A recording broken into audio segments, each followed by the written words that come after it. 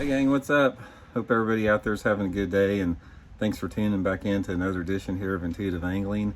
And like the title says here, guys, we're going to beat the old Livescope horse again one more time. There's always something coming up with this thing, so as long as it continues to come up in my feed and all that type of stuff, I'm going to continue to rail against that. So we're going to get into that a little bit. Got an interesting video for you guys today. Real quick, just want to remind everybody out there to please check out the View Products tab on the channel here. When you click on the video, you notice at the bottom of the screen it says View Products. I list products that you guys might be interested in checking out. If you click on those products, it's a great way to help out the channel. You don't have to buy anything, just click on the product, and it's a good way to support the channel if you want to do that here. Much appreciated. Okay guys, Livescope forward-facing sonar, we've talked about this over and over and over again. We probably will continue talking about it. It's just a topic that's never ending. But the thing I wanted to go over today a little bit is, I don't know about you guys, but I am getting sick and tired of, specifically this time of year, every single freaking tournament that I read about. You know, I follow all the tournament circuits, you know, who's catching what, that type of stuff. I am just sick and tired of, like, it's the same thing. It's every tournament, the same thing. If it wasn't for my forward-facing sonar, my Livescope, or my active target, I wouldn't have won this thing. Every fish I caught in this tournament, I saw on my active target or my Livescope. It's the same thing on and on. It's the same. You hear the same thing. The active target, Livescope, drop shots, little swim baits, maybe a jerk bait for the fish that they can see. Over and over and over again. I am bored out of my mind with it. It's like, there's nothing you can learn from that. There's absolutely nothing. There's no inherent redeeming qualities about this way of fishing.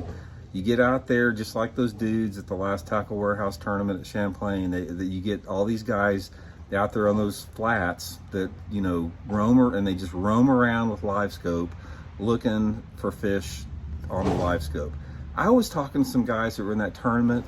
They were running into each other. They almost ran into each other's boats on the trolling motor because they did not take their heads off of the Livescope. They were locked in on that Livescope to so much that they didn't even know that there was a boat in front of them they were just about to hit. Guys, this is not fishing. I am sick and tired of that. I don't want to hear about it. As soon as I read about that, I immediately click off the link or whatever. I have no interest in reading about some other guy catching them on Livescope. It's like none. In my view, it's just like, I don't really consider it legitimate tournament fishing. I don't really consider it legitimate wins. I'm not trying to take away anything from guys that won the tournament, but to me, that throws an element in there that is just not fishing. I want to read about, you know, Rick Clunn burning a big spinnerbait over a flat catching 4-pound smallmouth. Or I want to read about, you know, John Cox flipping a wacky rig up underneath a cypress tree in 12 inches of water and catching it. That's bass fishing to me. I don't want to see this same regurgitated theme. Elijah's pushing his kayak on the gravel over and over and over again. It's like, every fish I caught, I saw on Livescope. I wouldn't have won this tournament if it wasn't for Livescope. Over and over again. So anyway, guys, as long as guys keep doing this, and as long as I have to keep reading about it, I'm going to continue putting out these videos bitching about it, because it is just not fishing. It's like, and I'm going to do a video on this. It's like bass fishermen are losing their skills.